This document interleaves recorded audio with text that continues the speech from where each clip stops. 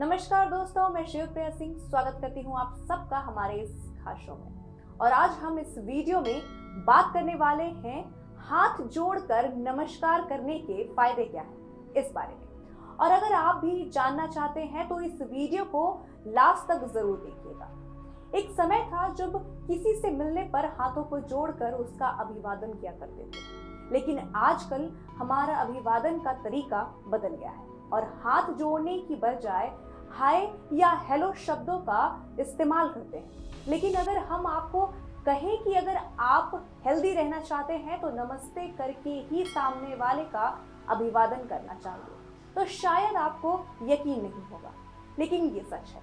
जी हाँ, Indian culture में हमेशा से बड़ों को सम्मान देने और दूसरों का अभिवादन करने के लिए हाथों को जोड़कर नमस्ते किया जाता है। हालांकि आजकल हम अपनी इस कल्चर को भूलते जा रहे हैं, लेकिन इसके बहुत सारे हेल्थ बेनिफिट्स भी हैं। इससे जानने के बाद आप भी दूसरों को, खास तौर पर बड़ों का सम्मान हाथ जोड़कर ही करें। शास्त्रों में उल्लेख है कि हमारा शरीर पंच तत्वों से बना हुआ है। हमारे शरीर को दो भागों में बांटा गया है, जिसमें दायां भाग को ईड़ा और बाएं भाग को पिंडली कहा जाता है। माना जाता है कि ईड़ा और पिंडली नाड़ियां दोनों ही शिव और शक्ति के रूप हैं। जैसे शिव और शक्ति दोनों मिलकर अर्धनारीश्वर के रूप को पूरा करते हैं, उसी तरह जब हम दाएं हाथ को बाएं हाथ से जोड़कर हृदय के सामने रखते हैं तो हमारा हृदय चक्र या आज्ञा चक्र सक्रिय हो जाता है। हमारे अंदर की दैवीय शक्ति हमें सकारात्मक ऊर्जा देती है। हमारे सोचने की और समझने की शक्ति बढ़ जाती है। हमारा मन शांत हो जाता है। शरीर में रक्त का प्रभाव भी सही होता है। इसलिए हाथ जोड़कर अभिवादन करने से व्यक्ति के मन में सकारात्मक विचार आते हैं, जिससे दूसरे व्यक्ति के प्रति भी सम्मान की भावना आती है। हाथ जोड़कर नमस्कार करना एक साइकोलॉजी प्रोसेस है। हाथ जोड़कर आप जोर से बोल नहीं सकते, आप क्रोध नहीं कर सकते।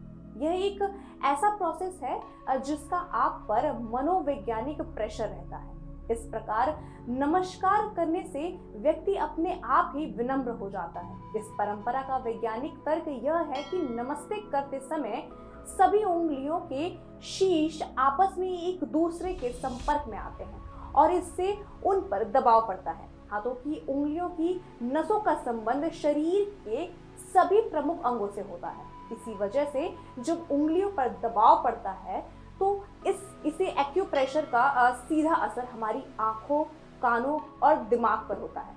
ऐसे अभिवादन करने से शारीरिक पवित्रता भी बनी रहती है, क्योंकि हम प्रतिदिन सैकड़ों लोगों से मिलते हैं। ऐसे में आपको अंदाजा भी नहीं होता कि सामने हाथ मिलाने वाला जो व्यक्ति है वो कैसा है, स्वच्छता को लेकर उदासीन है या फिर गंभीर रहता है। बहरहाल हाथ जोड़कर नमस्कार हर दृष्टि से हमारे लिए उचित होता है। नमस्ते करते समय आप दोनों हाथों को अपने सीने के सामने जोड़ते हैं। यहाँ पर एक चक्र होता है जो प्यार और स्नेह का प्रतीक है।